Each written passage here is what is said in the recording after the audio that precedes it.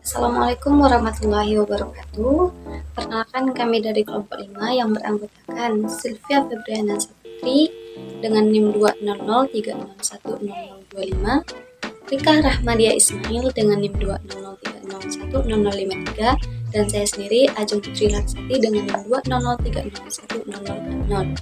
Nah, di sini kami akan membuat video pembelajaran untuk memenuhi tugas mata kuliah pragmatik yang diampu oleh Bapak Maulida Mustado MPD.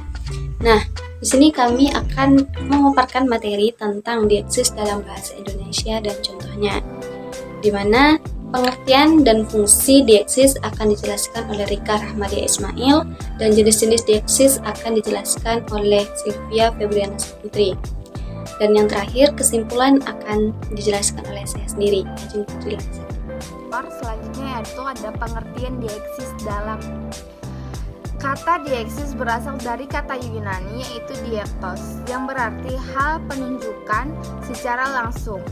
Seragi 2006 mengatakan bahwa dieksis adalah sebagai unit linguistik atau bunyi kata, frase, dan klausa dengan rujukan atau maknanya ditentukan oleh konteks dengan rujukan ke pemakaian bahasa.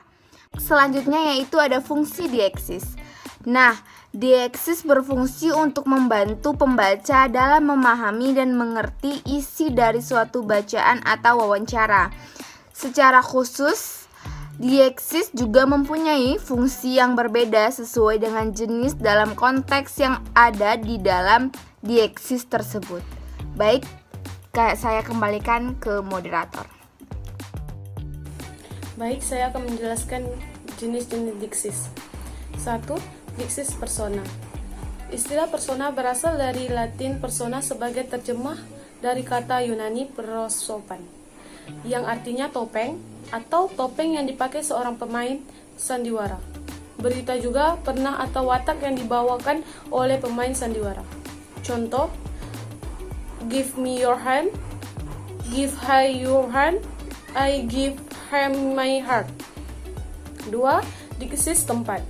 Dieksis tempat ialah pemain bentuk pada lokasi menurut peristiwa dalam peristiwa bahasa. Contohnya, duduklah kamu di sini. Yang kedua, di sini dijual gas LPG. 3. Diksi waktu. Diksi waktu ialah pemeran bentuk pada rentang waktu seperti yang dimasukkan penutur dalam peristiwa bahasa. Dalam banyak bahasa, dieksis atau rujukan. Waktu ini diungkapkan dengan dalam bentuk kala. Contohnya, I bought a book. B. I am buying a book. 4. Dieksis wancana. Dieksis wancana ialah rujukan pada bagian-bagian tertentu dalam wancana yang telah diberikan atau sedang dikembangkan. Dieksis wancana mencangkup anafora dan kata anafora. Anafora ialah menunjukkan kembali kepada suatu yang telah disebutkan sebelumnya dalam wancana dengan pengeluaran atau substitusi. Kata fora, petunjuk ke suatu yang disebutkan kemudian. Bentuk-bentuk yang dipakai untuk menggunakan dieksis wancana itu adalah kata atau frasa. Frasa ini, itu, yang terdahulu, yang berikut, yang pertama disebut, dan lain-lainnya. Contohnya, A.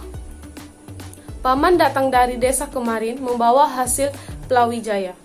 B. Karena aromanya yang khas, mangga itu banyak dibeli. 5. Diksi sosial. Diksi sosial ialah rujukan yang dinyatakan berdasarkan perbedaan kemasyarakatan yang mempengaruhi peran pembicara dan pendengar. Perbedaan itu dapat dilanjutkan dalam pemilihan kata. Contohnya, kesopanan bahasa. Yang terakhir, nomor 6, diksis petunjuk. Di dalam bahasa Indonesia, kata menyebut demonstrasif atau kata ganti petunjuk. Contohnya, Yang satu, masalah ini harus kita selesaikan segera. Dua, ketika peristiwa ini terjadi, saya masih kecil. Tiga, saat ini saya belum bisa ngomong. Jadi kesimpulan dari pembelajaran kelompok 5 yakni dieksis berasal dari kata Yunani kuno yang berarti menunjukkan atau menunjuk. Dengan kata lain, informasi kontekstual secara leksikal maupun gramatikal yang menunjuk pada hal tertentu baik itu benda, tempat ataupun waktu, itulah yang disebut dengan dieksis. Misalnya, he, her, no. Ketika ungkapan itu memberi perintah untuk menunjuk konteks tertentu agar makna ujaran dapat dipahami dengan tegas. Tenses atau kala juga merupakan jenis dieksis. Misalnya, then hanya dapat dirujuk dari situasinya. Dieksis ada 5 macam, yaitu dieksis orang, dieksis tempat, dieksis waktu, dieksis wacana, dan dieksis sosial. Sekian video pembelajaran dari kelompok 5. Saya Ajeng Larsati, mohon maaf jika ada kesalahan kata. Saya akhiri, wabillahi taufiq wal hidayah. Wassalamualaikum warahmatullahi wabarakatuh.